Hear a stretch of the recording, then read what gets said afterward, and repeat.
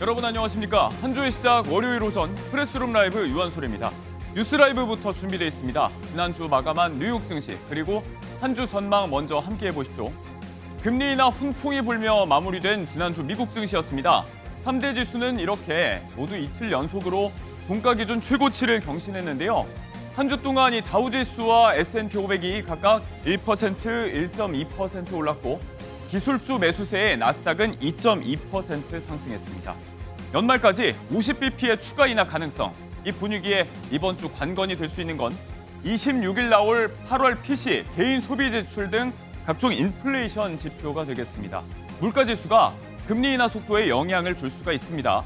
주요 연준 인사들의 공개 발언도 잇따라 예정돼 있는데요. 향후 금리 경로에 대해서 어떤 발언들을 내놓을지에도 관심이 쏠립니다. 지난주 잠시 숨고르기 하나 했던 국내 증시, 이번 주 이렇게 상승세로 출발했습니다.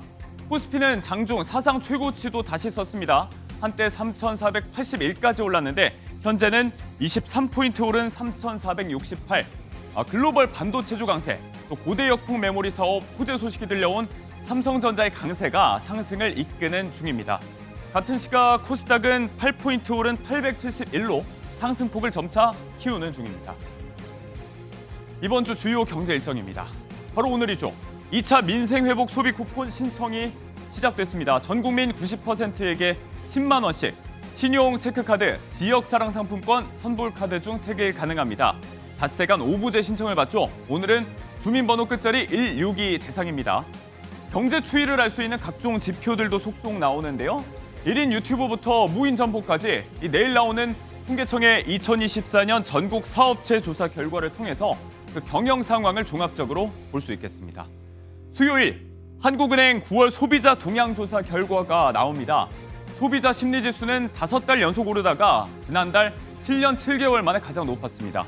또 같은 날 나오는 7월 인구 동향 자료를 통해서 12개월째 이어지는 출생아 증가세가 계속될지 보고요.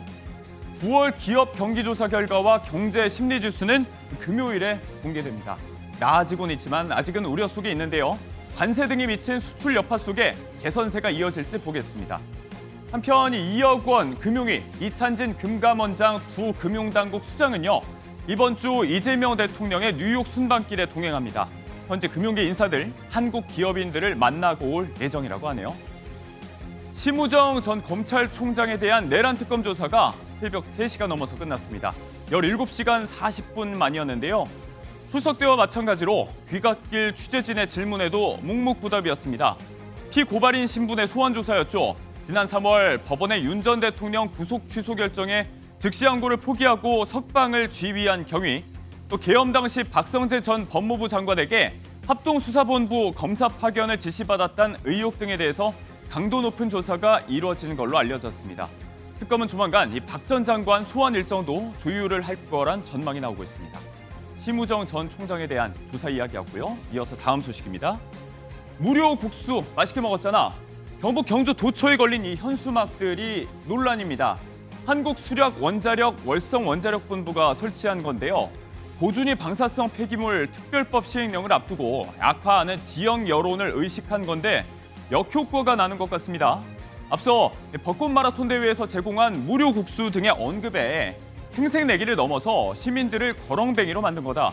본질적 문제는 가리고 감성적 홍보에만 치중한다는 지역사회의 강한 비판이 쏟아졌습니다.